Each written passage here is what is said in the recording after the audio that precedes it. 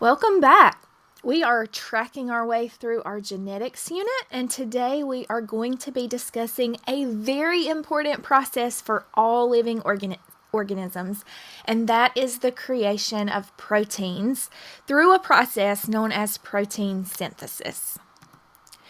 So, just to review, this idea that genetic information flows in one direction only, from DNA to RNA to protein, is known as the central dogma of biology. And now it's a very simplified visual way of explaining how proteins are made. However, this process is a lot more complicated. And so in today's lesson, we're going to dig just a little deeper into this process of synthesizing proteins. All right, so I think we have mentioned this before, but DNA contains genes. And so in our cells unit, we discussed cells and the idea that in eukaryotic cells, we have a nucleus, and inside the nucleus, we have DNA.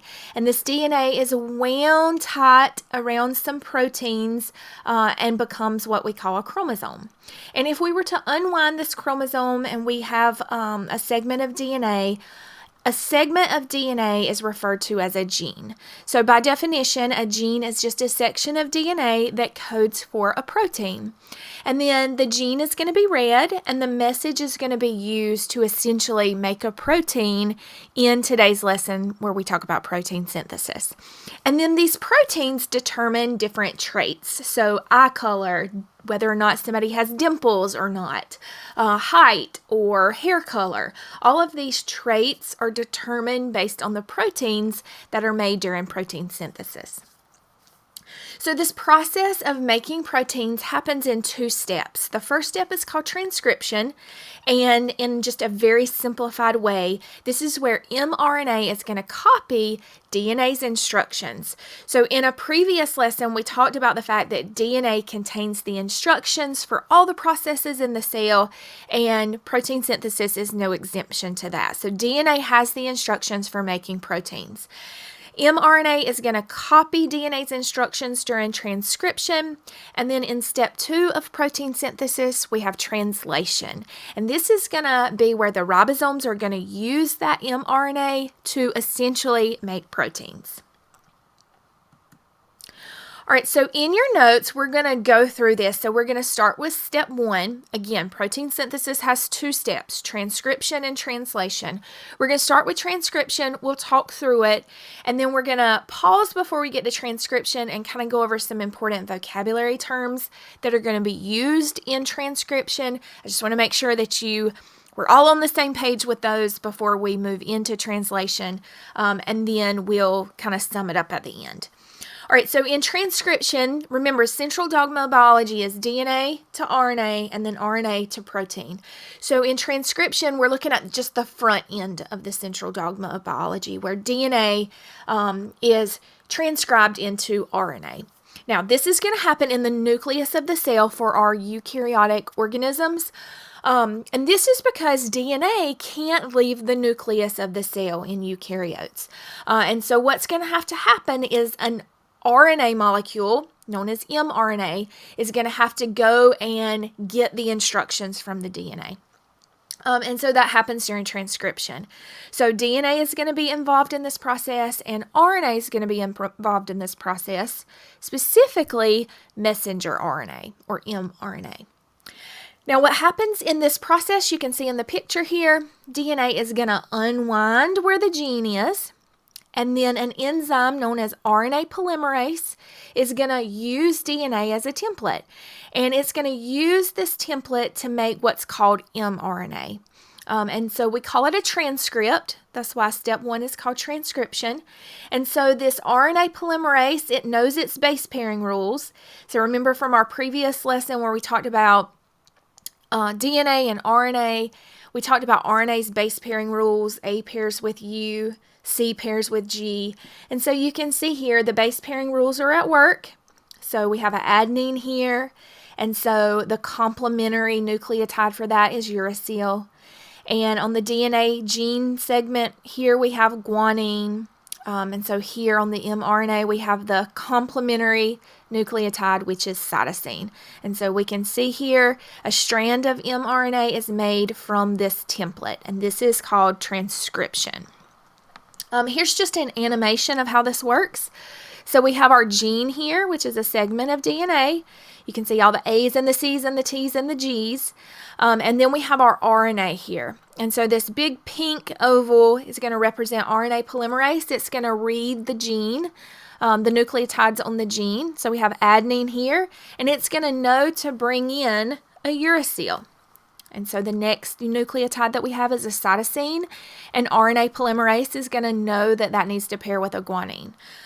So it's going to continue that. C pairs with G, A pairs with U, T pairs with A. Then it's going to read the next segment of the gene. It's going to know that G pairs with C, C pairs with G, G pairs with C. And it's going to continue doing that until the entire mRNA strand is made. Now at that point, the newly made RNA is going to leave the nucleus. So DNA can't leave the nucleus, but RNA can. And so this is why it's called the messenger RNA, because it just transcribed the message from the nucleus, and now it's going to take that message to the ribosome. So remember, the whole goal of this is to make a protein. Right now, we simply have a mRNA message, and that nucleic acid language is foreign to the ribosome, and so it has to be translated into a protein. So that's the next step, translation. Now to do that, we have to understand sort of the behind the scenes of how this works. And so we're going to use a codon chart to help us sort of understand this process. So you have been provided with a codon chart. Now there's various forms of these codon charts. We use a codon wheel.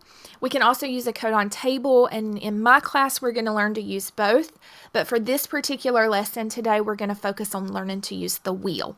And the way this works is you are going to read your mRNA segment in chunks of 3, and we call these codons. So mRNA has codons, which are a sequence of 3 nucleotides, and these nucleotides are going to code for an amino acid. Now remember, from Unit 1, amino acids are the building blocks of proteins. And so the way we determine the amino acid that we have is by looking at our codons. And then we pair it to our codon chart or codon wheel. So here we have UAC. The way you read a codon wheel is you start from the inside circle and you work your way out. And you can see the amino acids are on the outside of the wheel. So my first codon is UAC. I'm going to start on the inside. I'm going to find the first letter, which is U. And then I'm going to move outward to the next letter, which is an A. And then I'm going to move outward to the next letter, which is a C. Okay, so UAC, let me find my pointer here. UAC would give me tyrosine. All right, my next codon is a G, a C, and a U. So GCU, we're going to start from the inside of our wheel with G and work our way out. So G, C, U codes for the amino acid alanine or alanine. Okay, and so we're going to use the codon on the mRNA along with the codon wheel to determine what amino acids we have. Now, you have actually seen these definitions in a previous lesson, but I do want to take the time to make sure you have the definitions in your notes and you are perfectly clear on the 3 RNAs. So if you don't already have this information in your notes, I want you to pause the video now, make sure you copy all of this down, and then come back and we'll finish out our second step of protein synthesis. All right, so we have 3 different versions of RNA. We have mRNA, which is our messenger RNA. And again, we've already talked about this in this lesson. So mRNA carries DNA as a message, and it does this in chunks of 3 nucleotides, which we call codons. And then we have RNA, which is our ribosomal RNA, and it makes up the ribosomes. And today in our lesson, anytime you see this purple blob, it is going to represent our RNA. And then we have transfer RNA, which sort of looks like a game piece. Anytime you see this game piece looking icon, that's going to represent our tRNA today. That is our transfer RNA.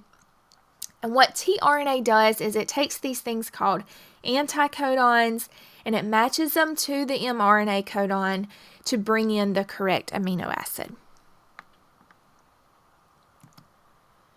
All right, now we are ready to start step 2 of protein synthesis, which is translation. So if we're going by our central dogma, remember DNA to RNA, that happens in transcription.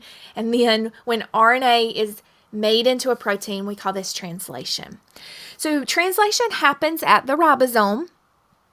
It's going to involve mRNA. It's going to also involve rRNA, and it's going to involve tRNA. So all of the RNAs are involved in translation. Now what's going to happen is mRNA is going to find a ribosome. Remember, it's left the nucleus. It's going to find a ribosome. It's going to bind to that ribosome. And then the mRNA codons are going to be read by the tRNA. And then that tRNA is going to bring the correct amino acid that matches the codon. And then those amino acids are going to link together to form what's known as a polypeptide chain, which is a protein. Now, you're probably really confused if you've never heard of protein synthesis before. This is probably extremely confusing. That's okay. As we start to work through this, I'm going to show you an animation on the next slide, which is going to help. But as we start working through some practice problems and worksheets, labs and activities, this will make a whole lot more sense. All right, so we have our mRNA. It was at the nucleus. It got the instructions from the DNA. Now it's traveling to the ribosome, and it's going to bind to the ribosome. Then what's going to happen is our tRNA molecule is going to come in, and it's going to use these things called anticodons to read the mRNA. And it's going to attach to the correct codon using complementary RNA base pairing rules.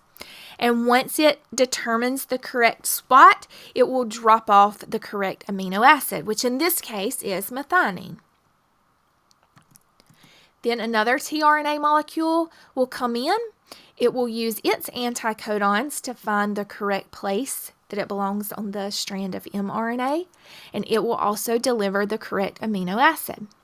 And then this will continue until all the amino acids are connected together, and of course, a strand of amino acids make a protein.